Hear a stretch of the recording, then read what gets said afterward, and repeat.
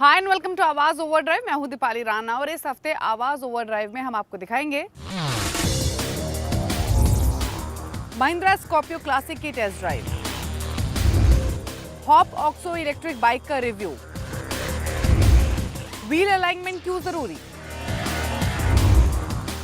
और हमारे expert 2 to 1 बताएंगे Hyundai i20 और मारुति बलिनो में बेस्ट कौन। एक गाड़ी is just recently been launched और साथ साथ उनके it has got the latest technology।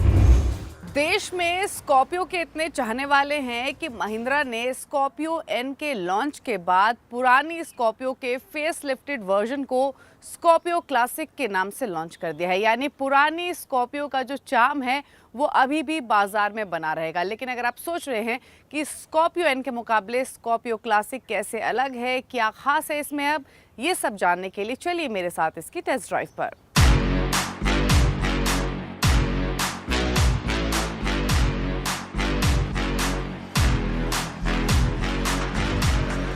ये है महिंद्रा की स्कॉर्पियो क्लासिक जिसे हाल ही में कंपनी ने लॉन्च किया है और ये प्रीवियस जनरेशन स्कॉर्पियो का एक फेस लिफ्टेड वर्जन है। हालांकि इसमें सिर्फ कॉस्मेटिक अपग्रेड्स नहीं है बल्कि बदलाव इसमें मैकेनिकल फ्रंट पे भी किए गए हैं। तो इसके लुक्स, फीचर्स और इसकी ड्राइविंग परफॉर्मेंस पर बात करेंगे, लेकिन पहले इसके वेरिएंट्स और प्राइसिंग पर नजर डाल लेते हैं। ये आपको 2 वेरिएंट्स में मिलेगी, एस और S11। एस की जो एक शोरूम कॉस्ट है वो 12 लाख रुपए है, वहीं S11 की एक शोरूम कॉस्ट है 15.5 लाख रुपए। लेकिन ये दोनों ही गाड़ियां आपको 7 सीटर कॉन्फ़िगरेशन के साथ मौजूद रहेंगी।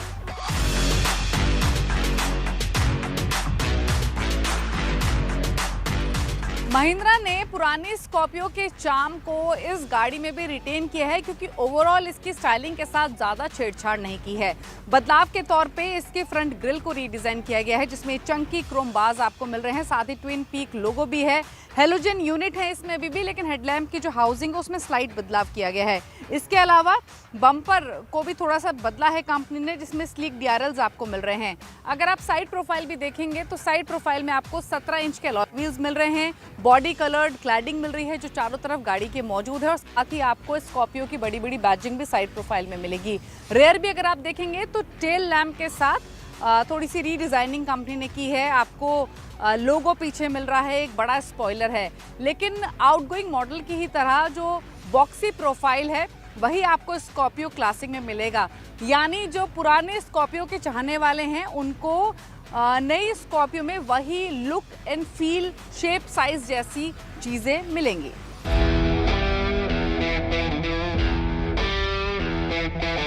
स्कॉर्पियो क्लासिक का जो डैशबोर्ड है वो फ्लैट है, अपराइट है।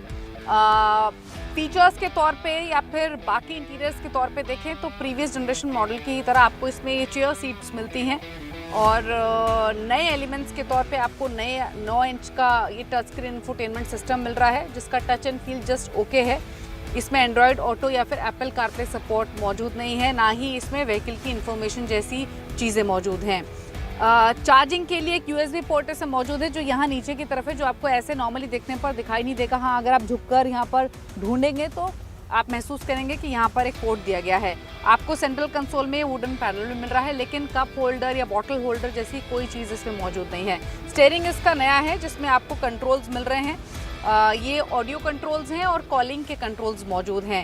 ये रिवर्स पार्किंग कैमरा इसमें नहीं है, टर्न इंडिकेटर्स नहीं है इसमें OVRMs पर। साथ ही जो डोर्स और सीट्स के बीच में जो ये साइड में स्पेस है ये इतनी टाइट है कि अगर आपको सीट एडजस्ट करनी है, हाइट एडजस्ट करनी है तो आपको फाइट करना पड़ेगा क्योंकि यहाँ पर स्पेस काफ़ी कम दी गई है। ये बहुत ज़्यादा अटैच्ड है डोर्स के साथ।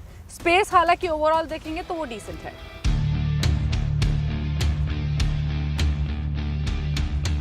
सेकेंड रो पैसेंजर्स के लिए आपको पहले तो ये बेंच सीट मिल रही है जो कि काफ़ी चौड़ी है, यानी इसमें 3 बड़े लोग आसानी से बैठ सकते हैं। हालांकि लंबर सपोर्ट सिर्फ 2 पैसेंजर्स को मिलेगा, बीच वाले पैसेंजर के लिए लंबर सपोर्ट नहीं है। लेकिन हाँ, सीट्स कंफर्टेबल भी हैं। इसका जो फ्लोर है वो भी फ्लैट है तो आपको फुट स्पेस भी काफ़ी मिल रहा है। ऑल्दो यहाँ पर नी रूम ज़्यादा नहीं है, हेडरूम इसमें काफ़ी ज़्यादा अच्छा है, लेकिन सीट्स अच्छी हैं, 3 लोग बैठ सकते हैं, काफ़ी चौड़ी ये सीट्स हैं। रेयर पैसेंजर्स के लिए आपको कोई USB पोर्ट नहीं मिल रहा है, सिर्फ 2 AC वेंट मिल रहे हैं और ये AC वेंट भी आपको S11 वेरिएंट में मिल रहे हैं। S वेरिएंट में रेयर पैसेंजर्स के लिए सेपरेट AC वेंट्स भी नहीं हैं। लेकिन जो स्कॉर्पियो क्लासिक की एक खास बात है वो है इसका 7 सीटर कॉन्फ़िगरेशन जिसमें बेंच सीट ना होके चेयर सीट थर्ड रो में मौजूद हैं। तो एक बार फटाफट से थर्ड रो देख लेते हैं। तो स्कॉर्पियो क्लासिक में थर्ड रो में आपको जंप सीट मिलती हैं। अब इन सीट्स की खास बात ये है कि ये ज़्यादा प्रैक्टिकलिटी ऑफर करती हैं। हालांकि सेफ्टी नहीं है इनमें, क्योंकि इसमें आपको सीट बेल्ट्स नहीं मिलती हैं, लेकिन प्रैक्टिकलिटी ये है कि आप इनको जब चाहे फोल्ड कर सकते हैं। आप अपना स्टोरेज स्पेस के तौर पर या फिर बूट के तौर पर इसे यूज़ कर सकते हैं। दूसरी बात ये है कि इनमें अंदर आना बैठना काफ़ी आसान है कंपैरेटिवली उन 3 रो एसयूवीज़ के जिनमें बेंच सीट होती है। उनमें थोड़ा सा डिफिकल्ट होता है, लेकिन यहाँ पे इजीली आप अंदर बाहर जा सकते हैं। लेकिन मैकेनिकल अपग्रेड्स भी नए स्कॉर्पियो में हुए हैं। तो अब बात करेंगे इसके इंजन की और उसकी परफॉर्मेंस की। तो मैकेनिकल अपग्रेड्स के तौर पे इसमें इंजन जो है अब वो 2.2 लीटर का है। ये एमहॉक डीजल इंजन है और ये 132 PS की पावर देता है और 300 Nm का टॉर्क डिलीवर करता है। ये क्योंकि S11 वेरिएंट है, इसलिए इसमें आपको हाइड्रोलिक सिस्टम मिल रहा है बोनेट ओपन करने के लिए। लेकिन ये इंजन परफॉर्म कैसा करता है? क्या पहले के मुकाबले नई स्कॉर्पियो क्लासिक वाइब्रेशन फ्री है? क्या ये साइलेंट है? क्या ये ज़्यादा बेटर परफॉर्म करती है? Let's find out.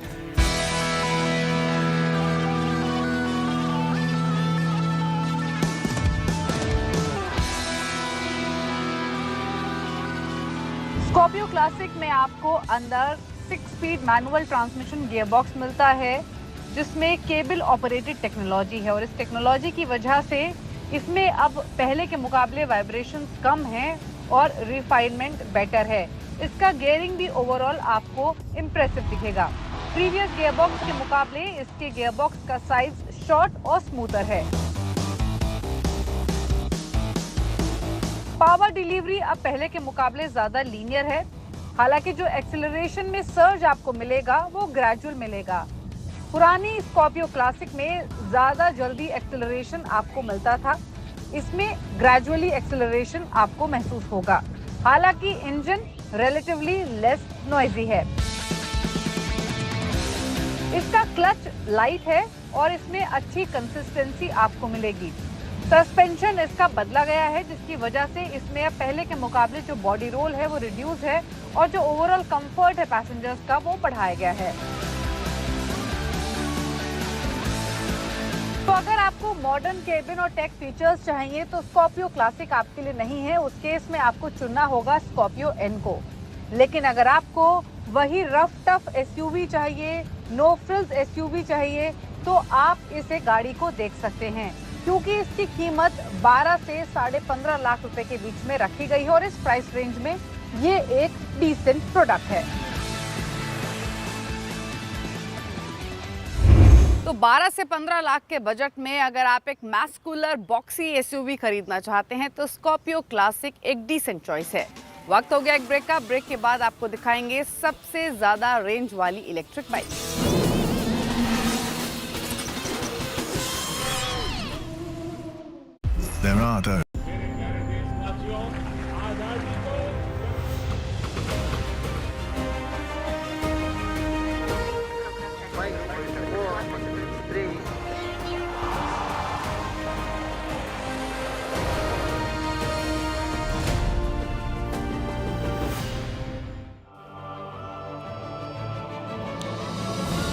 अमृत मंथन में आज हम बातचीत करेंगे देश की अर्थव्यवस्था के बारे में। किस तरह से बीते 75 साल में भारतीय अर्थव्यवस्था ने ग्रो किया है, किस तरह से वो शेप अप होते हुए दिखाई पड़ी है। भारतीय अर्थव्यवस्था जो कि आज दुनिया की 5वीं सबसे बड़ी अर्थव्यवस्था के तौर पर शुमार है, लेकिन 1947 में स्थिति नहीं थी। 1947 स्थिति आपके सामने है, जबकि 2.7 लाख करोड़ रुपए भारतीय अर्थव्यवस्था का एक जीडीपी साइज होता था। 35 करोड़ के आसपास की आबादी थी, लेकिन वहां से जो सफर है वो जरूर काबिल तारीफ है। करीब 236.65 लाख करोड़ रुपए के आसपास का आज जीडीपी का नंबर है, जबकि देश की आबादी करीब 140 करोड़ के आसपास पहुंच चुकी है। तो बीते 75 साल में ये जो आंकड़ों में फेरबदल हुआ है, ये रातों रात नहीं हुआ है। इसके अंदर एक काफी बड़ा चेंज आता हुआ दिखाई पड़ा है। डिकेड्स के जरिए कुछ नंबर्स आपकी स्क्रीन पर आते हुए दिखाई पड़े हैं, कैसे फेरबदल इन आंकड़ों के अंदर होता हुआ देखा है। 1950 3060 करोड़ डॉलर के आसपास भारतीय जीडीपी का साइज होता था और ये वो दौर था जबकि भारतीय अर्थव्यवस्था कई सारी दिक्कतों से गुजर रहा था। पार्टीशन होकर चुका था और साथ ही साथ अर्थव्यवस्था के अंदर कई सारे टर्मोइल्स थे, धीरे धीरे स्टेबल हो रही थी। 1960 तक आते आते 0.04 लाख करोड़ डॉलर का ये नंबर पहुंचता हुआ दिखाई पड़ा, यानी कि रफ्तार तो आई लेकिन रफ्तार उतनी तेज नहीं थी जो 1970 तक आते आते थोड़ी और बढ़ी। 0.09 लाख करोड़ डॉलर के आसपास ये नंबर पहुंचा और 1980 तक आते आते 0.19 लाख करोड़ डॉलर तक ये नंबर आता हुआ दिखाई पड़ा। रिफॉर्म की गाड़ी को और तेज किया गया 1980 के बाद, जब 1990 में सरकारों की तरफ से काफी कोशिश करने के बाद 0.32 लाख करोड़ डॉलर के आसपास जीडीपी का नंबर पहुंचता हुआ दिखाई पड़ा और सन 2000 तक आते आते ये आंकड़ा और बढ़कर करीब करीब आधा लाख करोड़ डॉलर तक पहुंचता हुआ दिखाई पड़ा। अर्थव्यवस्था की रफ्तार तेज हो चुकी थी और कई सारे सेक्टर्स के अंदर बड़ा बदलाव भी देखा था। लेकिन जो 50 साल का मूव था वो अगले 2 दशक में बहुत ही शानदार मूव में बदला, जबकि सन 2010 में 1.5 लाख करोड़ डॉलर तक ये नंबर पहुंचा और अब करीब करीब 3-3.25 लाख करोड़ डॉलर तक ये आंकड़ा आता हुआ दिखाई पड़ा, यानी कि अर्थव्यवस्था की रफ्तार में एक बढ़िया जोरदार तेजी या जोरदार उछाल बनता हुआ दिखाई पड़ा। तो आपने देखा किस तरह से सफर करीब करीब 3060 करोड़ डॉलर से 3,18,000 करोड़ डॉलर तक पहुंचता हुआ दिखाई पड़ा है। तो एक बढ़िया ग्रोथ तो जीडीपी के नंबर्स में देखी, लेकिन एक और आंकड़ा आपके समक्ष रखते हैं जो आंकड़ा भी भारतीय अर्थव्यवस्था की ग्रोथ को साफ दर्शाता है। प्रति व्यक्ति आय जो कि एक समय पे करीब करीब 249-250 रुपए के आसपास होती थी, लेकिन आज वो करीब करीब 1.5 लाख रुपए के आसपास पहुंच चुकी है।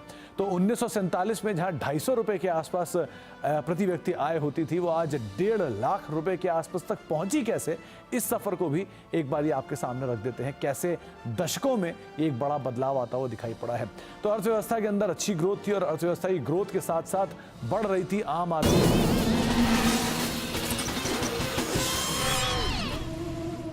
ब्रेक के बाद आपका स्वागत है। आप देख रहे हैं आवाज ओवरड्राइव।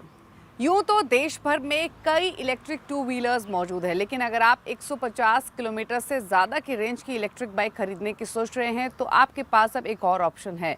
दरअसल हॉप मोबिलिटी ने अपनी ऑक्सो इलेक्ट्रिक बाइक से पर्दा उठा दिया है। तो कैसी है ये इलेक्ट्रिक बाइक, कितनी है कीमत, ये सब बातें जानने के लिए देखिए स्टोरी।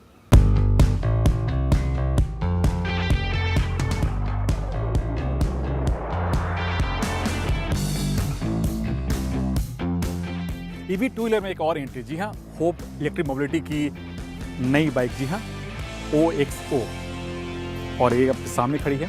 इसकी कीमत है 1,25,000 रुपया और जो इसका दूसरा वेरिएंट है, जी हाँ, OXOX, उसकी कीमत है 1,40,000 रुपया। दोनों में फ़र्क जो है, मेजर जो फ़र्क है वो है कनेक्टिविटी का, लेकिन power, torque, range, charging time सब कुछ सेम है।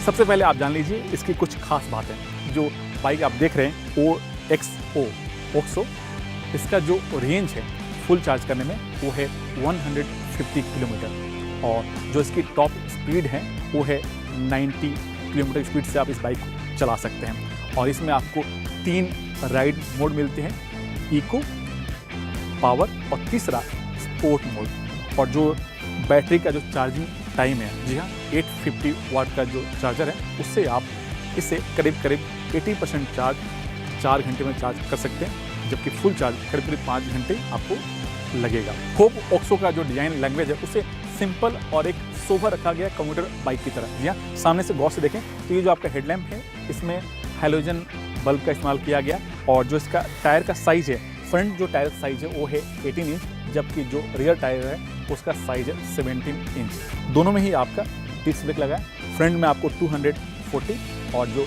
रियर में 220 एम का डिस्क ब्रेक दिया गया है।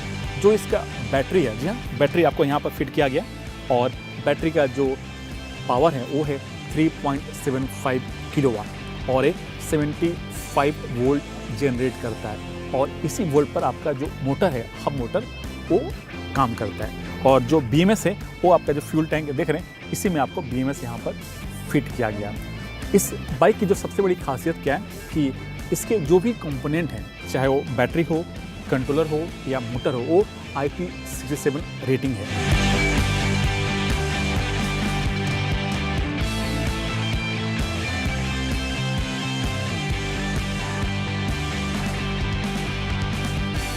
होप ऑक्सो का जो डिज़ाइन है उससे एक सिंपल जो आईसी इंजन है उसी की तरह रखा गया है। चाहे वो ये सामने का हिस्सा जो टैंक है, चलिए टैंक तो नहीं है क्योंकि ये बैटरी वाली बाइक है।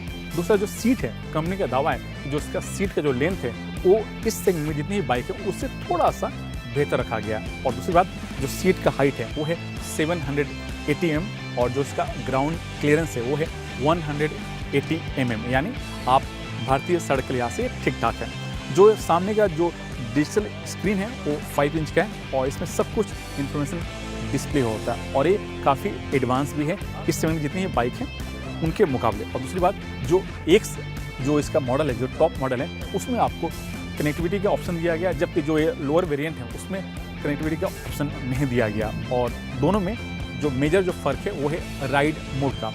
जो नॉर्मल जो है, जो बेस वेरिएंट है, उसमें आपको 3 राइड मोड मिलते हैं। पहला है इको, दूसरा है पावर और तीसरा है स्पोर्ट। जबकि जो एक्स वेरिएंट है उसमें एक नया मोड, टर्बो मोड, उसमें दिया गया। इसी वजह से जो मोटर है उसका जो पीक टॉर्क है वो थोड़ा सा बेहतर हो जाता है। जो हैंडल है उसको बहुत ही सिंपल रखा गया, एक कंप्यूटर बाइक की तरह रखा गया। और जो इसका चार्जिंग का सॉकेट है वो इस साइड में फ्यूल टैंक के निचले हिस्से में यहाँ पर एक ऑप्शन के तौर पर दिया गया है। जैसा कि आप जानते हैं कि वो जितनी इलेक्ट्रिक बाइक हैं उसमें 3 बड़े मेजर कंपोनेंट होते हैं। उनमें होता है, पहला होता है बैटरी, तो बैटरी के यूनिट है यहाँ पर आपको फिट किया गया। और दूसरा होता है कंट्रोलर को यहाँ पर फिट किया गया। और तीसरा है मोटर, जो आप देख रहे हैं पीछे हब मोटर लगा है। चार्जिंग का सॉकेट यहाँ पर दिया गया और इसमें आपको 850 वाट का चार्जर से आप इस बैटरी को चार्ज कर सकते हैं। जो हब मोटर है उसमें 6.2 किलोवाट का मोटर लगा है, जिसका पीक टॉर्क है वो है 200 न्यूटन मीटर। और कंपनी का दावा है कि जो इसका BMS हो, चाहे बैटरी हो, चाहे हब मोटर, तीनों चीज़ RP67 रेटिंग है। अब काम की बात जान लीजिए, तो अगर आप इस बाइक को खरीदना चाहते हैं तो कंपनी का कहना है कि आप इसे ऑनलाइन या ऑफलाइन दोनों तरफ से आप इसे खरीद सकते हैं। कंपनी इसकी बुकिंग शुरू कर दी है 999 रुपीज़ में और जो इसकी डिलीवरी है वो है 1 अक्टूबर से इस बाइक की डिलीवरी शुरू हो जाएगी।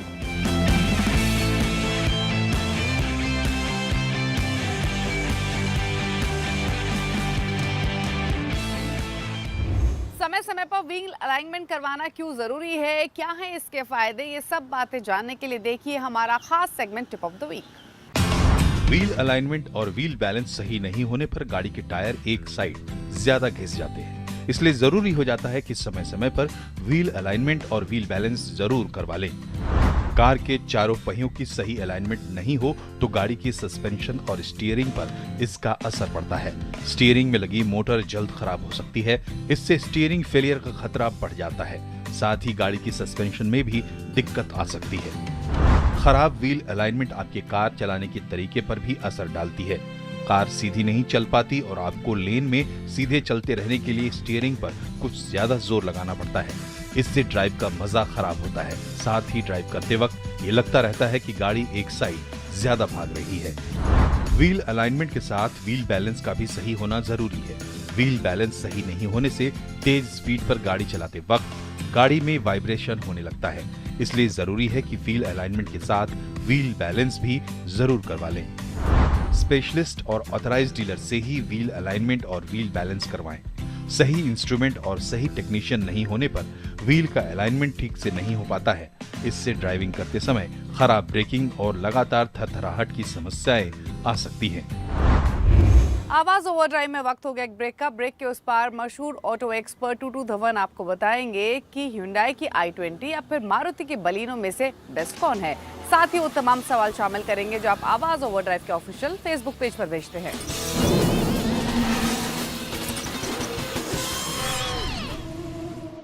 पॉलिसी बाजार पर 1 करोड़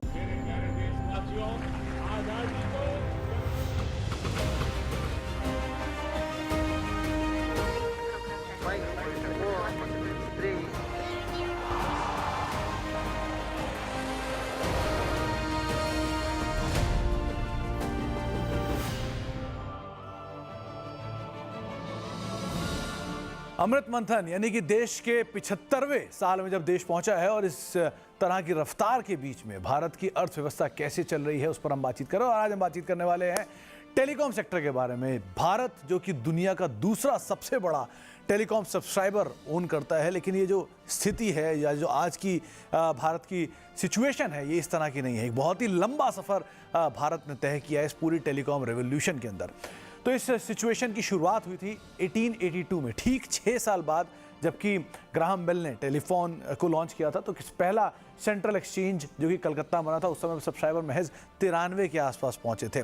आते अब 1947 में, जब देश की कुल आबादी करीब 35 करोड़ थी और उसके सामने महज 0.05% यानी कि 84,000 सब्सक्राइबर उस समय पर होते थे, जो कि बहुत ही सीमित होते थे सरकारी महकमे तक। इसके अलावा देश का पहला एसटीडी 1960 में, जो कि लखनऊ कानपुर के दौरान किया गया, और तब भी जो टेलीकॉम की रेवोल्यूशन थी वो उस तरह से नहीं थी, वो भी एक सीमित दायरे के अंदर ही चलती थी और कुछ सीमित महकमे के बीच में ही ये एसटीडी कॉल्स होती थी। 1984 में जहां पर डिजिटल एक्सचेंज का निर्माण हुआ और वहां से टेक्नोलॉजी धीरे धीरे रफ्तार पकड़नी शुरू हुई, लेकिन अभी भी जो टेलीकॉम की पूरी रफ्तार थी, टेलीकॉम की एक्चुअल सिचुएशन थी, वो वहां पर दिखाई नहीं पड़ी। 1985 में डिपार्टमेंट ऑफ टेलीकम्युनिकेशन का सेटअप हुआ और डिपार्टमेंट ऑफ टेलीकम्युनिकेशन के सेटअप होने के बाद रिफॉर्म्स के अंदर रफ्तार आनी शुरू हुई। इस सेक्टर में जो निवेश था वो आना शुरू हुआ, धीरे धीरे इंडिजिनस जो यूनिट्स थे वो बनने शुरू हुए और यहाँ से जो टेलीकॉम की नींव थी, मजबूत नींव थी, वो बननी शुरू हुई। 1986 में MTNL और VSNL की स्थापना हुई। MTNL जी हाँ, जो अभी भी लिस्टेड है, और VSNL जो आगे चलकर टाटा कम्युनिकेशन के अंदर मर्ज हो गई। तो इस तरह के बड़े सेटअप्स, बड़े ऑर्गेनाइजेशंस जो हैं वो आते हुए दिखाई पड़ी। 1989 जहाँ पे टेलीकॉम कमीशन की स्थापना हुई। तो ये तो एक तरफ एक पहलू रहा जहाँ पर टेलीकॉम सेक्टर के अंदर कुछ रिवॉल्यूशंस आते हुए दिखाई पड़े, लेकिन रिवॉल्यूशंस की जो पहला हिस्सा था वो आपने देखा। इस रिवॉल्यूशन का दूसरा हिस्सा आता है जहां से आम आदमी जुड़ा, जहां से टेलीकॉम सेक्टर के अंदर हर घर पहुंचने वाली बातचीत जो है वो शुरू हुई। 1991 में जहां पे आर्थिक उदारीकरण हुआ, इंडस्ट्रियल रेवोल्यूशन, और यहीं से ही अर्थव्यवस्था को एक तेज गति मिली और अर्थव्यवस्था की तेज गति के साथ साथ टेलीकॉम को भी एक बढ़िया रफ्तार मिली। पहली मोबाइल कॉल 31 जुलाई 1995 को, उस समय पर पश्चिम बंगाल के CM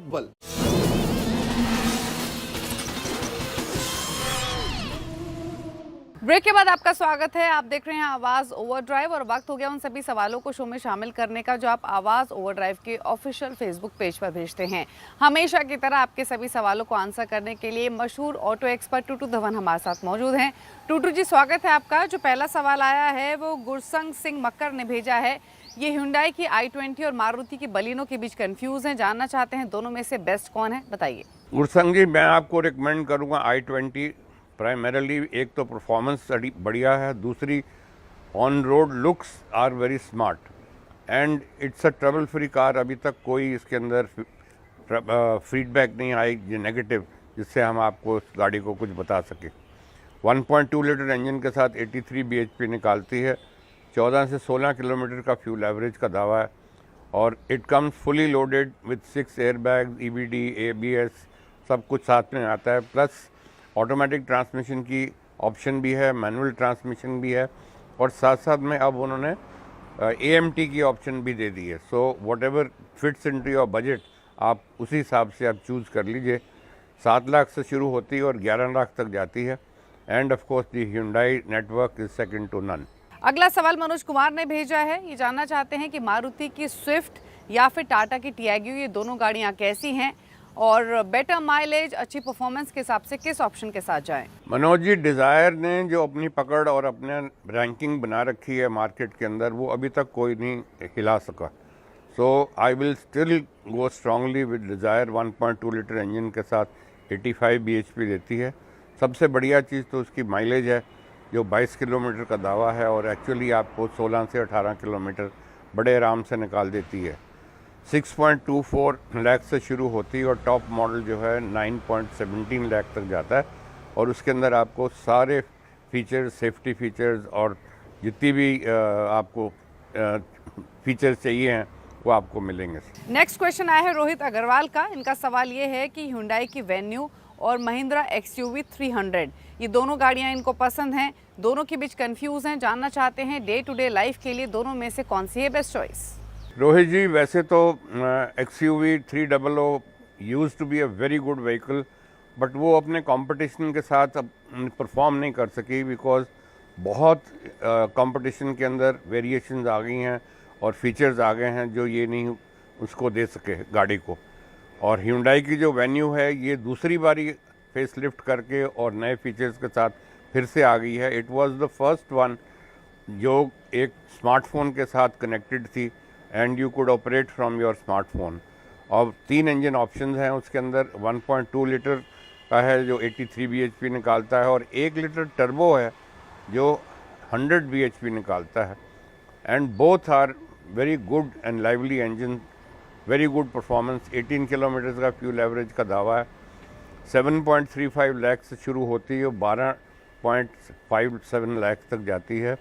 and it comes fully loaded with all safety features and other lot of features which you can use on a daily basis, plus smartphone के साथ आप उसको कनेक्ट कर लीजिए and you can use it remotely also. तो उम्मीद करते हैं आपको अपने सभी सवालों के जवाब मिल गए होंगे। अगर आपके पास भी ऑटो से जुड़ा हुआ कोई सवाल है तो आवाज़ ओवरड्राइव के ऑफिशियल फेसबुक पेज पर जाकर अपने सवाल हमें भेज सकते हैं। इसी के साथ इज द टाइम टू से गुड बाय। नमस्कार।